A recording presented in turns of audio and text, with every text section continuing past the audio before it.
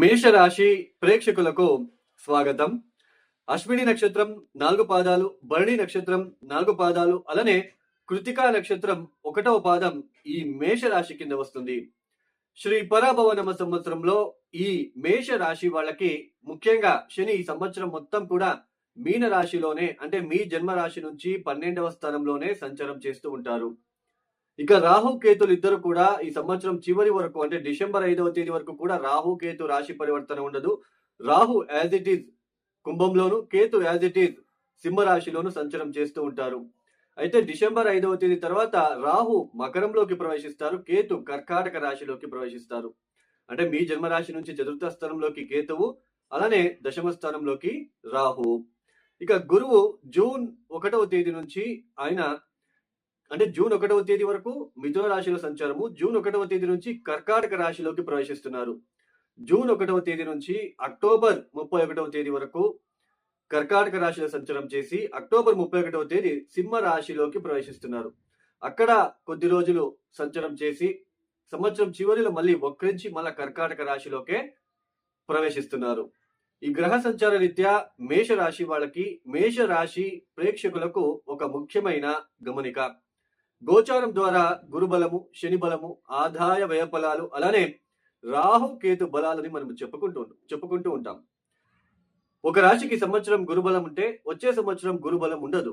అలానే కొంతమంది చెప్తూ ఉంటారు, మాకు ఏనాటి శని అయిపోయింది, లేదా అష్టమ శని అయిపోయిందని చెప్తున్నారు, లేదా అర్ధాష్టమ శని అయిపోయిందని చెప్తున్నారు, అయినా మాకు మంచి జరగట్లేదు అని. ఈ గోచారంలో ఉంటున్న గురుబలము, శని బలము, ఆదాయ వ్యయ ఫలాల వలనే మన జీవితంలో అన్నీ జరగవు. మన వైయక్తిక జన్మజాతక రీత్యా శుభకారకత్వ గ్రహదశలు గనక జరుగుతూ ఉన్నప్పుడు ఆ సమయం అంతా ఆ లైఫ్ లో ఎటువంటి ఇబ్బందులు రాకుండా స్మూత్ గా వెళ్తూ ఉంటుంది. ఆ సమయంలో గనక గురుబలం వస్తే ఇంకా కొద్దిగా రెట్టింపు ఫలితాలు, కాస్త ఇంకా కొంచెం ఎక్కువ ఫలితాలు, ఎక్కువ శుభ ఫలితాలని మనం పొందుకుంటాం. ఆ సమయంలో గురుబలం లేకపోయినా కూడా ఆ జాతకుడు శుభ ఫలితాలనే పొందుకుంటూ వెళ్తూ ఉంటాడు. అదే మన జన్మజాతక రీత్యా పాప గ్రహాల దశాభుక్తులు జరుగుతూ ఉన్నప్పుడు ఆ జాతకుడు ఆ సమయం అంతా కూడా చాలా స్ట్రగల్స్ ఫేస్ చేస్తూ, ఇబ్బందికి గురి అవుతూ, లైఫ్ అనేది చాలా గందరగోళ పరిస్థితి ఎదుర్కొంటూ వెళ్తూ ఉంటాడు. ఆ సమయంలో కనుక గోచార ద్వారా ఈ గురుబలం వస్తే అప్పుడు కాస్త ఆ గురుబలం ఉన్నన్ని రోజులు ఊపిరి పీల్చుకోగలుగుతాడు. అంటే గోచరంలో ఉంటున్న గురుబలము, శని బలము, ఆదాయ వ్యయ ఫలాల వలన మేజర్ గా అన్ని కూడా మన జీవితంలో జరగవు.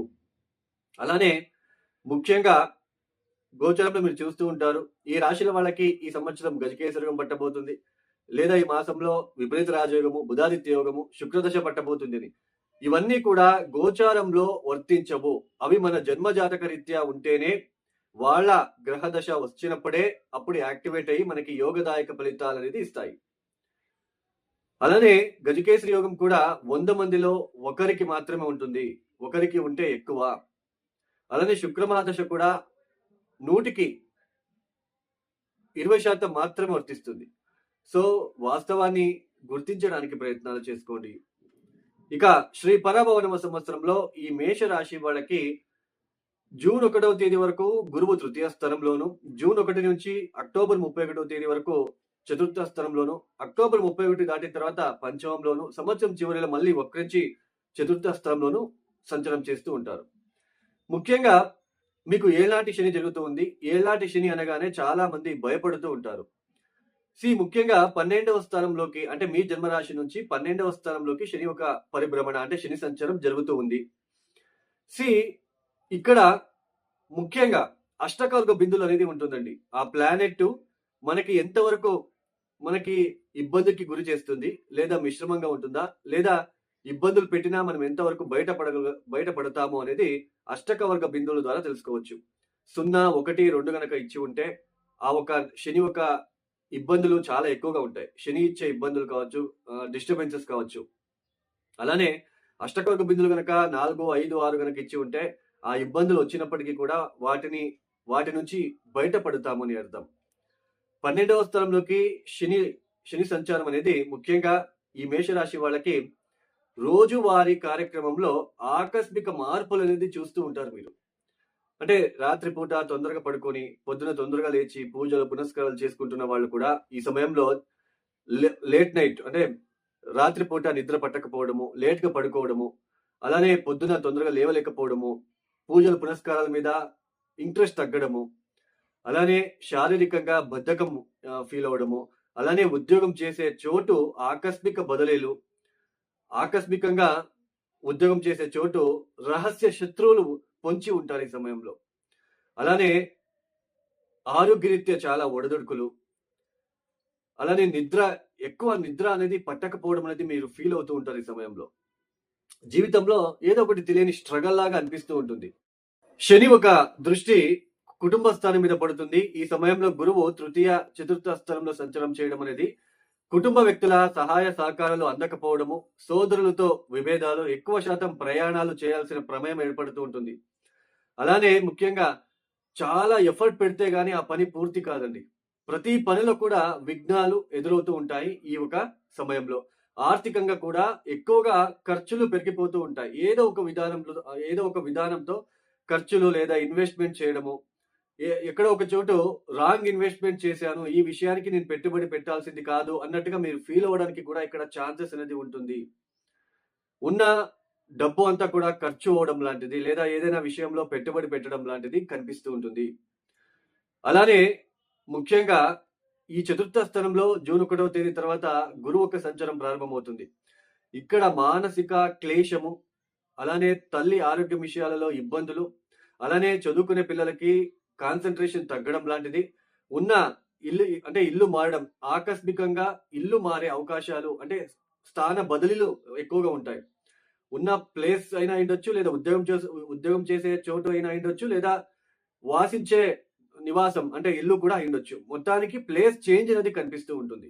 ఈ సమయంలో ఇల్లు కొనుగోలు చేయాలి, వాహనం కొనుగోలు చేయాలి, లేదా ఏదైనా భూమి కొనుగోలు చేయాలని వెళ్ళి అప్పులు చేసి లేదా లోన్‌కి అప్లై చేసి మీరు కొనుగోలు చేసి ఆ లోన్ తీర్చడానికి ఎలా తీర్చాలి? ఏం చేయాలి?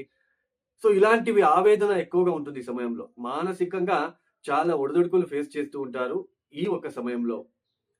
అలానే ముఖ్యంగా తల్లితో విభేదాలండి. మీ మాతృ సంబంధమైన విషయాలలో ఏదైతే ఉంటుందో వాటిల్లో ఈ డిస్టర్బెన్సెస్‌కి మీరు గురి అవుతూ ఉంటారు. అలానే వాహనం అపఘాతాలు జరిగే సూచనలు ఉంటాయి.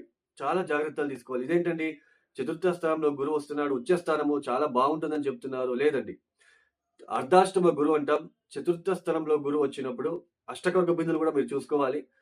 సామాన్యంగా చతుర్థ స్థానంలో గురువు వచ్చినప్పుడు చాలా ఇబ్బందికి గురి చేస్తాడు. మనకి సైటు లేదా ఇల్లు కొనుగోలు చేయాలనుకున్న వాళ్ళకి షార్టేజ్ ఆఫ్ మనీ వచ్చి లోన్ పెట్టాల్సిన ప్రమేయం ఏర్పడి లోన్ వచ్చినప్పటికీ కూడా దాని సైట్ కొనుగోలు చేసినా కూడా ఆ లోన్ తీర్చడానికి మళ్ళీ ఇబ్బంది పడాలి. చాలా స్ట్రగల్ ఫేస్ చేయాలి. మానసికంగా మానసిక పరమైన డిస్టర్బెన్సెస్ అనేది మీకు కనిపిస్తూ ఉంటుంది ఈ సమయంలో. అలానే విద్యార్థులు చదువుల పట్ల చాలా అశ్రద్ధ చూపించడానికి ఆస్కారాలు ఉంటాయి. ఉద్యోగ బదిలీలు, స్థాన మార్పులు ఎక్కువగా మీకు కనిపిస్తూ ఉంటుంది. మీరే ఒకసారి చూడండి జూన్ తర్వాత. అలానే వాహనం విషయంలో చాలా జాగ్రత్తలు తీసుకోండి. వాహనం నుంచి వాహనం కోసం ఎక్కువ ఖర్చులు పెట్టాల్సిన ప్రమేయాలు ఏర్పడుతూ ఉంటాయి. అంటే మనశ్శాంతి అనేది ఉండదండి. మనశ్శాంతి ఉండదు. అటు ఉద్యోగపరంగా, ఇటు వ్యాపార పరంగా కావచ్చు, ఇంటికి సంబంధించిన విషయాలలో కావచ్చు. మొత్తానికి కాస్త మానసికంగా ప్రశాంతత లేకుండా ఉండడం అనేది మీరు చూస్తూ ఉంటారు. ఇంకా సంతానం విషయంలో కూడా డిలేస్ అవ్వడము, సంతానం నుంచి ఏదైనా డిస్టర్బెన్సెస్‌కి గురి అవ్వడము, సంతానం నుంచి డిస్టర్బెన్సెస్ అంటే వాళ్ళ ఆరోగ్యరీత్యా కావచ్చు, ఇట్లాంటివి. వాళ్ళ కోసం ఏదైనా మీరు చేయాల్సిన ప్రమేయాలు ఎక్కువ అంటే ఫైనాన్షియల్ పరంగా కావచ్చు, వాళ్ళ చదువులకి సంబంధించింది కావచ్చు, కొంచెం ఎక్కువగా టెన్షన్ పెట్టే ఆస్కారాలు ఎక్కువగా కనిపిస్తూ ఉంటుంది. అలానే ఇన్వెస్ట్‌మెంట్ చేసే విషయంలో చాలా జాగ్రత్తలు తీసుకోండి. అలానే మీరు ముఖ్యంగా సంతానం కోసం మీరు తీసుకునే నిర్ణయాలు కూడా చాలా పాజిటివ్‌గా ఉంటే చాలా మంచిది. అంటే ఎందుకంటే ఈ సమయంలో హాస్టల్‌కి వేయాలి లేదా దూరపు ప్రాంతానికి చదువుకోవడానికి పంపించాలి. ఇట్లాంటి విషయాలలో కాస్త డిలే అవ్వడానికి లేదా వాటిలో ఏదైనా డిస్టర్బెన్సెస్ రావడానికి ఛాన్సెస్ అనేది ఎక్కువగా ఉంటుంది. మొత్తానికి మేషరాశి వాళ్ళకి కాస్త డిస్టర్బెన్సెస్ అనేది ఎక్కువగా ఉంటుంది ఈ ఒక సంవత్సరంలో. ఈ మేషరాశిలో పుట్టిన అశ్విని నక్షత్ర జాతకులకు ముఖ్యంగా గురు సంచారం, శని సంచారం ఎప్పుడు బాగుంటుందో చూద్దాం. గురు సంచారం అనేది చూడండి జూన్ 18వ తేదీ నుంచి అక్టోబర్ 31వ తేదీ వరకు చతుర్థ స్థానంలో సంచారం చేసే సమయంలో కూడా వీళ్ళకి కాస్త అనుకూలిస్తుంది. శని సంచారం ఎప్పుడు బాగుంటుంది అంటే ఈ సంవత్సరం మొత్తం కూడా శని వలన అయితే మీకు మేజర్ గా కాన్ఫ్లిక్ట్స్ గానీ డిస్టర్బెన్సెస్ గానీ ఉండదు.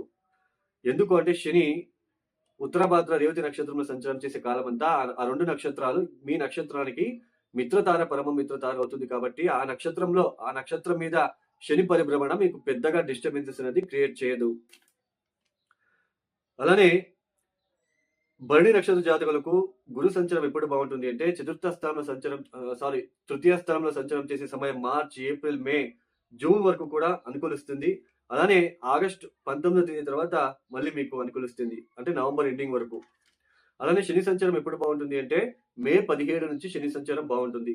అలానే కృతికా నక్షత్రం 1వ పాద జాతకులకు గురు సంచారం అనేది జూన్ 18 నుంచి ఆగస్ట్ 19, అలానే అక్టోబర్ 31వ తేదీ నుంచి నవంబర్ ఎండింగ్ వరకు, నవంబర్ చివరి వరకు చాలా అనుకూలతలు ఏర్పడతాయి. శని సంచారం ఎప్పుడు బాగుంటుంది అంటే మే 17 వరకు మాత్రమే శని సంచారం బాగుంటుంది. మే 17 దాటిన తర్వాత శని సంచారం అంతగా అనుకూలించదు. మేషరాశిలో పుట్టిన స్త్రీ పురుషులు అన్ని నక్షత్రం వాళ్ళు కూడా మృత్యుంజయ ఆరాధన, కాలభైరవ ఆరాధన ఎంత చేస్తే మీకు అంత మంచిది. ఎవరైతే ఈ వీడియో చూస్తున్నారో నచ్చితేనే లైక్ చేయండి, షేర్ చేయండి, సబ్స్క్రైబ్ చేసుకోండి. సర్వే జనం సుఖినో భవంతు. ధన్యవాదములు. జై శ్రీరామ్.